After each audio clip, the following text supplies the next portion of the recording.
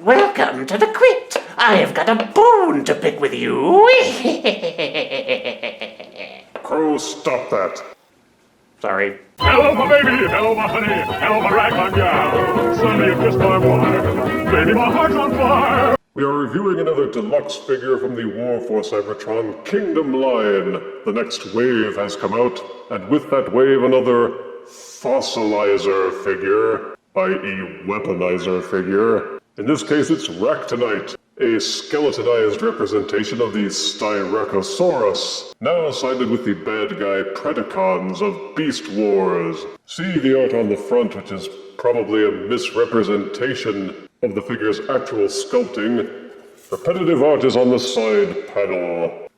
Both modes are pictured on the back, and some diagrams showing how to fossilize him with other figures. Now let's dig out this fossil and review him properly.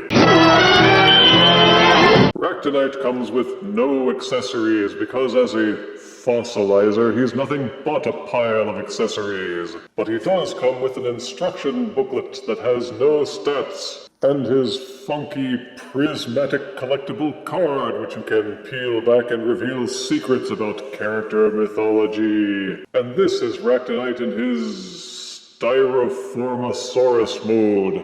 Like Paleotrex, he's a dinosaur skeleton. This one feels a bit heavier than Paleotrex, probably because the ribcage is more massive. While Paleo-T-Rex was done in dirty brownish colors, Ractonite is more of a bone white, though streaked with dirty gray. The soft rubber pieces lack the gray mottling, and the visual difference is a bit of a distraction. The only other color is a dab of red paint in the eye sockets. There's as much detail as they could pack into something that's just made out of dinosaur bones. And here and there you will find 5mm ports and pegs that can be used to plug in loose accessories and weapons from across the War for Cybertron line. There's no rattling, and none of the parts really feel loose. It's mostly done in hard plastic except for the end of the tail and these horns on the skull. There are no mini Fireblast ports or pegs.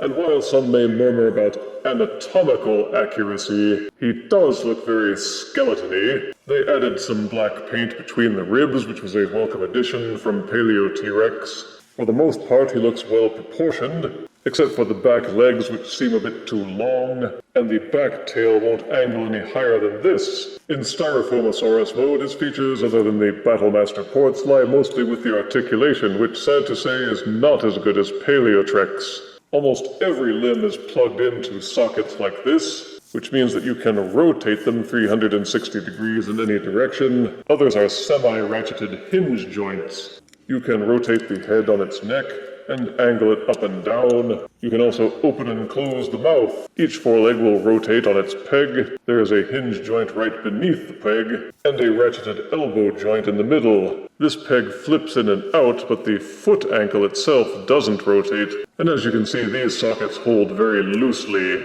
There's no articulation in the ribs. You can kind of angle the pelvis backwards, but why would you want to? Except to portray him as a bucking bronco. This tail joint is kind of frozen in place, while this one will angle up and down. The rear legs will rotate fully, and also splay in and out. And of course they plug into this bone on a peg, so they will rotate 360 degrees. The rear legs will angle forwards and backwards, and there is a hinge in this ankle which will not allow it to tilt forwards or backwards, but instead tilt from side to side. Unfortunately, because the rear legs are so much longer, and the front legs so much shorter, almost all of the dinosaur poses will wind up with the front legs either tilting dangerously forward or hanging in midair. The lack of ankle articulation is a big miss, so is the lack of front legs being able to splay outwards. If the front and rear feet could only tilt forwards and backwards, it would have meant a lot for this figure. But the lazy bums at Hasbro wouldn't do it, and think will quietly take every mediocre decision they run with. The forelegs won't splay outwards. You're stuck with them in this position unless you rotate them out and splay them that way. As a fossilizer, Ractonite's transformation is more simply a matter of pulling him apart into a pile of bones, then plugging the bones back together into a robot form.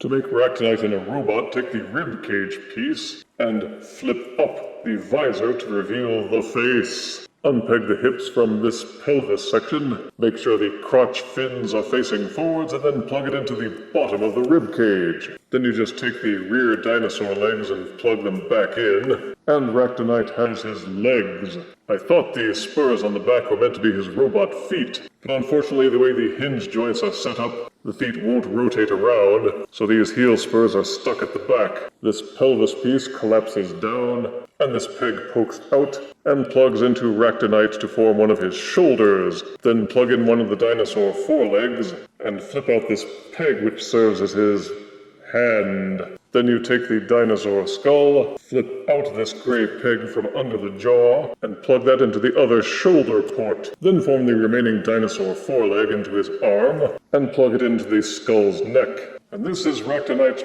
robot mode, which is a chunky little cuss. It's still a marbled bone gray, but now he stands on 2 feet, which are just the dinosaur feet.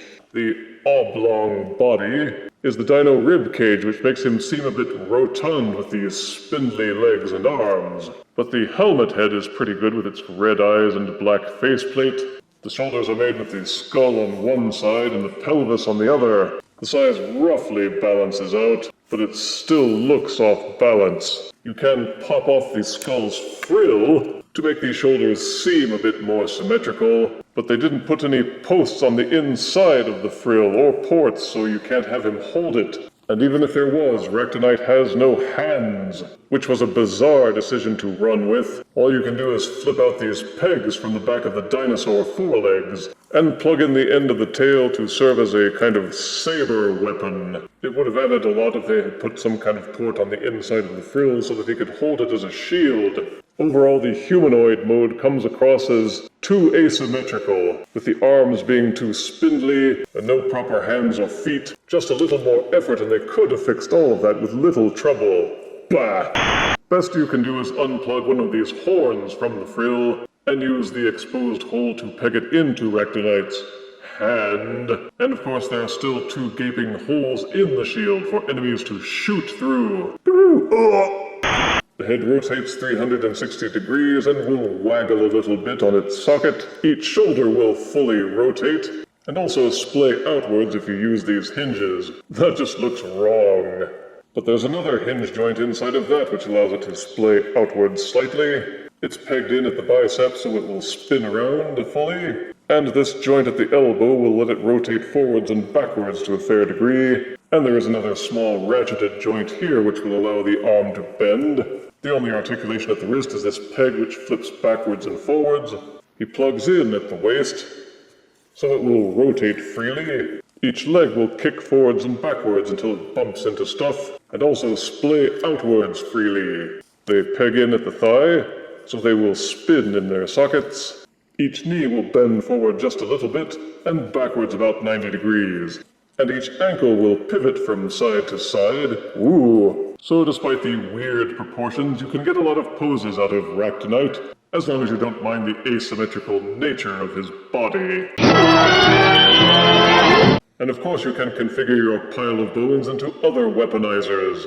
Take the rib cage, flip out the body section until it's fully extended. Don't snicker, Crow. Then take the folded up pelvis section and use this peg and this port and plug them together. Take one of the dinosaur forelegs, and on the inside of the ribcage you will see a peg.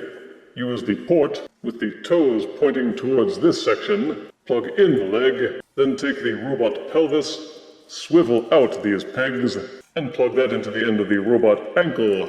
The problem, of course, with this hammer is that it suffers from fast-track-itis, and that most of the hinges are loose enough on the legs and the forearms which comprise the pieces that the hammer risks a lot of bending and wobbling in a handle that should be rock solid. So even if you rotate the handle sections in different directions, they will still bend. Oh, it's a crazy floppy handle.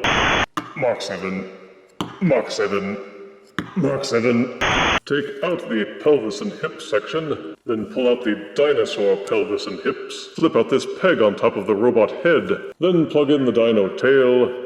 pull out the dinosaur rear leg, and put in one of the dinosaur forelegs. Kind of tab these ridges in the legs into these notches on the rib cage, and hey presto, it's a bone spear, which is also pretty lame. Again, it has some floppy bits. The head just angles up and down too easily on its ball socket, and the transformation hinge doesn't hold into place particularly well. Take the dinosaur forelegs, plug them back into the robot pelvis, pop the horns off the back of the Styracosaurus head, plug the spikes into the base of the dinosaur feet. Then take one of the dinosaur forelegs, plug it in here, peg one of the dinosaur forelegs into the back of almost any compatible War for Cybertron siege figure, angle up the joints, then plug the spike apparatus into that to serve as another kind of over-the-shoulder dual gun apparatus, which again is lame. It pegs too loose, pops out really easily, and it's just two spikes. Better to use something more manly like one of the Pretender weapons, but none of the Weaponizer backpacks have turned out to be particularly good or effective, coming across as more comical than anything else.